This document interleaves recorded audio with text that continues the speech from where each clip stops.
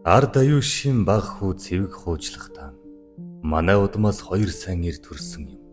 Ээжийн маань өвөө шилийн сайн ир нохоо дамблын үзэл санаа аав ард аюушид маань бас нөлөөлсөн байхаа гэдэг байжээ.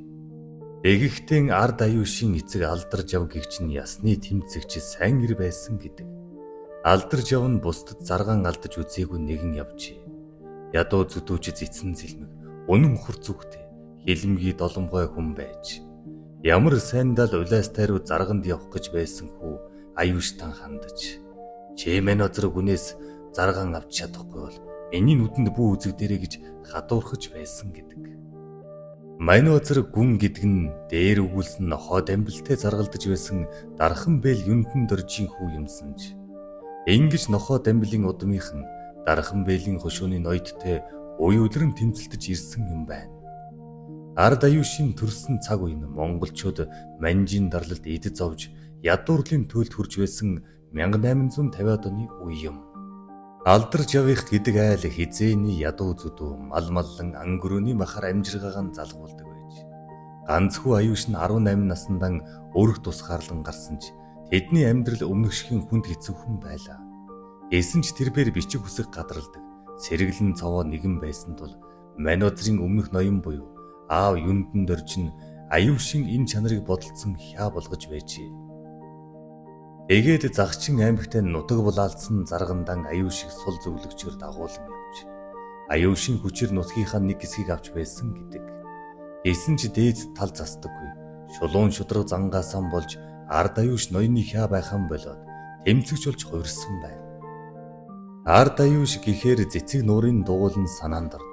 Цэцэг нуурын дугуулан гэхээр ард аюушийн тэмцэл тодордог.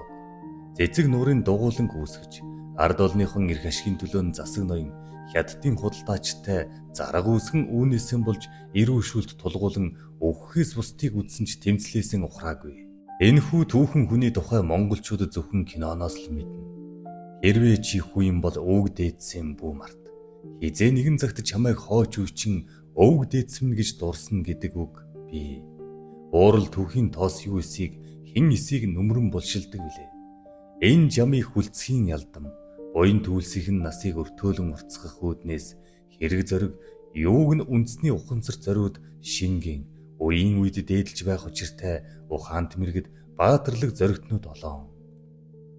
Эдний нэг бол алс баруун хязгаар ховдоос түрэн гарсан домогт ард аюуш билээ. Тухайн үед хошуу ноён Манозр нэг түмэн хон 3000 адуу 1000 гаруй тэмээ тэр тооны үхэртэй байжээ. Хошууны айлууд тэр малыг нь ээлжлэн хариулж хон хяргах зэрэг ажилд хончин айлууд өөрсдөөс нь хоол ундыг нь гаргадаг байсан гэд бодохоор Манозр овоо харамж нарийн ир байсан гэлтэй. Тэгээд болоогүй гэртээ 50 гаруй хүнийг зарцалж эмнэг сурах зэрэг ажилд 60 дэрийг албадан гаргадаг байж. Сар бүр хошууны зарлагад гисэн нэрээр айлуудаас 6 лам мөнгө авна. Мөн өөрийн дуртай цагтаан түлээ түлш өвс хадлан сүүд ос зэргийг айлуудаас ихээр татаж авна. Тэгээд зөвхөн өөрөн идээ зогсохгүй хятадын худалдаачтай найрсаг сүжирдэг байж. Тийм болохоор хятад худалдаачид өөрсдийнхэн үзмжээр барааныхан үнийг тогтооно. Татвар болон худалдаачинд өрөөн түлж чадахгүй байгаа ядуусыг Манозр гүн гавлан дөнгөлдөг байжээ. Тиймээс 1903 оноос эхлээд хошууны ардууд хэрээс хэтэрсэн энэхүү дарангуулыг дисхийн аргагүй болоод тэмцэл хийж эхэлжээ. Олгойлогч нь уй удам дамжсан зарах чирээ аюуш. Төвний тэмцэл 1911 оны үндэсний эрх чөлөөний хөдөлгөөнд дүлхэц болж олон 10 хүний дотор нуугдан дарагдж байсан эх оронч үзлийг сэргээжээ. Зүгээр үед зүгээр суудаггүй. Аюуш тэргүүтээ дархан гүний хошууныхан бослог гаргана.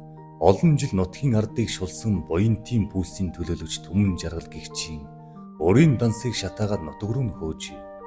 Нөгөөх нь хамаг үнэтэй эд хөрөнгөн 20 тэмээнд очиж аваад амь зулбан зогтжээ. Гэвч удсан ч үгүй богд хаант засаг тогтож өнөө хятад дархан бэйлийн хошуунд буцаж ирээд дотны янд Манозртайхан хахуул өгч байгаад алдагдсан эд хөрөнгийг мань олж өгөөч гэж гуйжээ. Чунхай ноён жуухайн дас зөвшөөрж ард аюушийн бүлэгмийн 165 хүнийг дээрмийн хэрэгээр баривчилж харин ард аюушийн хүзүүнд 80 жингийн төмөр зүгээд тамалжээ. Харин нутгийн ардууд энэ бүхнийг зүгээр хараад суусангүй. Чулуу модоор зэвсэглэж аваад хошууны шоронд хоригдож байсан хүмүүсийг суллаж чадчихъя. Босогчд Хүндий ям гэдэг газар нуугдж байсан бөгөөд түүхэндийн тэр нь цэцэг нуурын дугуулan гэж алдаршсан билээ. Түүхий нэгэн үед босоо хиймэр шиг дэрвж, манжин 9 эрүүг шазуур зуунд авч олон түмнийхэн төлөө мятаршгүй тэмцэж явсан алдар жавын аюушийн гавьяа төлсийг бид мартах учиргүй билээ.